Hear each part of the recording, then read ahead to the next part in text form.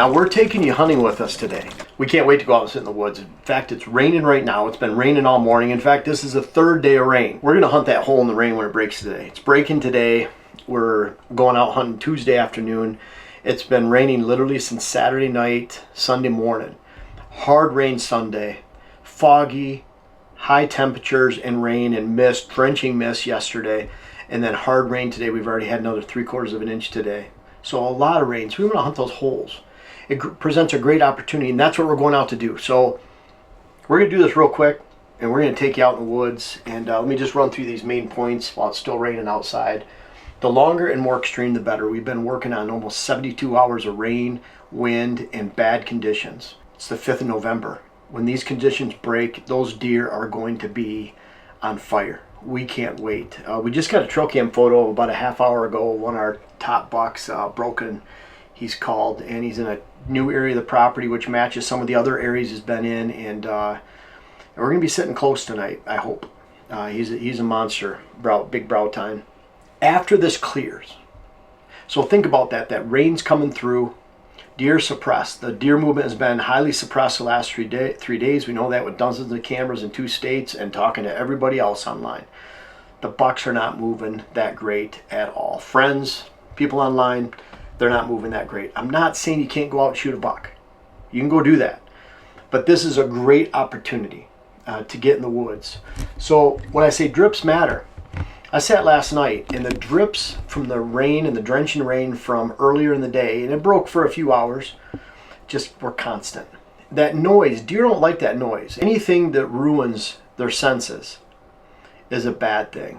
Their sight, their sound, their scenting ability, it's all compromised when there's a lot of rain coming down.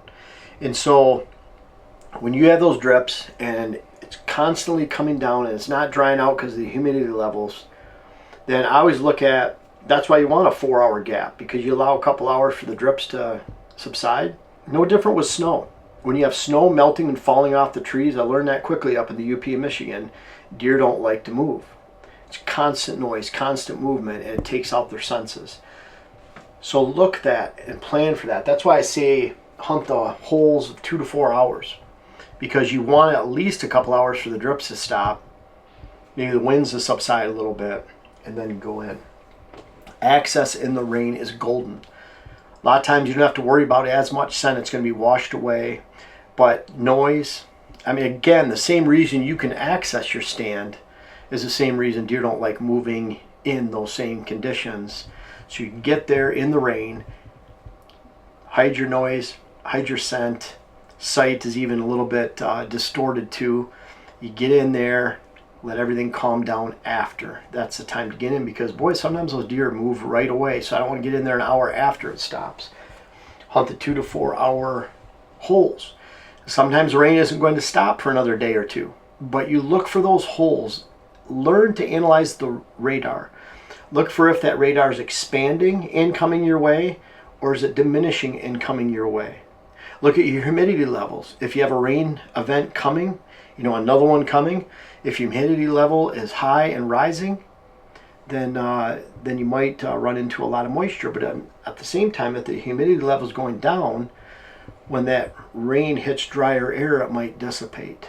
We watch ambient weather. It tracks weather stations. We have one just a couple miles from our home here. People can actually log into their own weather stations. They can put those weather stations online and share them. And that makes it pretty convenient for us that like to watch the weather. And then finally, during these times of rain, the longer the rain period, the more extreme, or snow, whatever it might be, when it breaks, don't necessarily look for that temperature change to mean anything. We could have the same temperature when this breaks that it was a day ago or 2 days ago, and because of those weather conditions breaking, we have the table set for a great hunt. So we're going to get ready. We're going to get wet.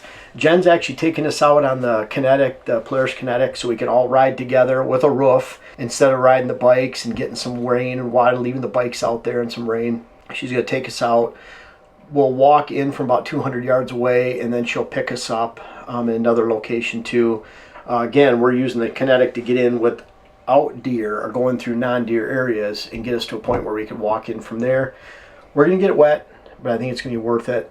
let's go and we'll take you on the hunt, see how we do.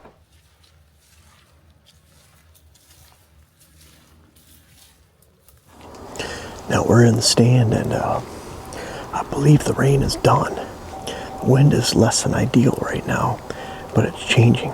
So we watch that ambient weather, and you can actually see the dots. Every 5 minutes it gives a wind direction, and you can see that dot pattern changing. You know, like I talked about, the wind is a tug of war, and eventually, you know, the predominant wind that's coming will prevail. But we saw a few deer up in the field when we first came out in this corner over here. They seem to just trot away, which is a good thing. There's still a lot of drips coming down, and we're gonna get set up really quick. This is the type of day, type of time where at any time they can walk through here. And we're hunting this little skinny food plot. We have bedding area on the back side of the plot. We have bedding area at the end of the plot. Bedding area with water hole that way, and the water hole just 150 yards away is where we saw that big broken buck probably an hour and a half ago. So can't hunt there with the winds, and doesn't mean necessarily comes back here or there. But we're hunting this line of movement where it's really big bedding to water hole bedding, small skinny food plot that's about 80 yards long, and then brush, bigger food plot, brush, bedding, and then a real big food plot. And that whole line is over about 400 yards, maybe 500 yards. So, and we've worked all along. I mean, so much work goes into this. So we're hoping one will move through, and you got to really be watching, because when they come through this narrow opening, a lot of times they're just walking through. They'll stop and take a bite. But last year when I shot Bo here, he didn't even take a bite. He made a scrape, came out in front of me, and I shot. He came over my left-hand shoulder. So we'll be keeping our eyes out. Pretty excited to be in this spot right here. A lot of good history, including last year with Bo. I'm gonna turn around here and get set up.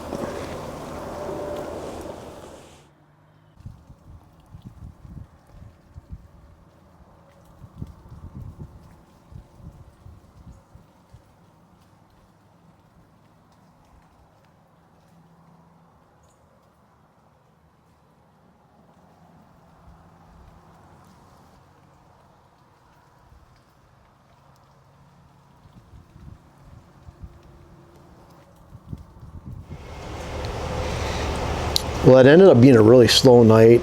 Cameras were fairly slow. There was some movement, but it stopped raining, and we didn't get that break we needed, meaning that the closer it got to dark, the windier it got. The more wind there was, the more the rain was coming off the trees. And so we feel like we're soaked, and it didn't even really rain out there. We got in just after the rain. I know Dylan's hands are freezing, so tomorrow looks outstanding. Wind is going to keep going tonight. It's dying down by morning. I think everything's going to be dry in the woods by morning, especially with the type of wind we're getting tonight. There's gusts over 20 miles an hour. So morning looks outstanding. Tomorrow, that'd be Wednesday, Thursday, just look really, really good. It's going to be in the 50s, 30s at night, and this weather will officially break tomorrow. We were hoping it would officially break tonight. It did not, but we will be hunting tomorrow, and maybe we'll have some updates for you by the time you see this video on what goes on tomorrow and Thursday. But we'll hunt that break just like you should, and we expect some really good things. Thank you guys so much for watching the video. You're our best followers. You followed all the way to the end of the video. Really invite you to check out our website. We have our earthway spreaders for sale, great Christmas presents. We're booking clients right now, all 5 of us. So by the end of December, it seems early, but by the end of December, our schedule will be booked for 2025. It's hard to believe. I'm already booked for December and most of January, February. We have our web classes, the rut web class, how to design your whitetail property, and really important, hunting hills and thermals, understanding the wind. Those are great products on our site, all the books.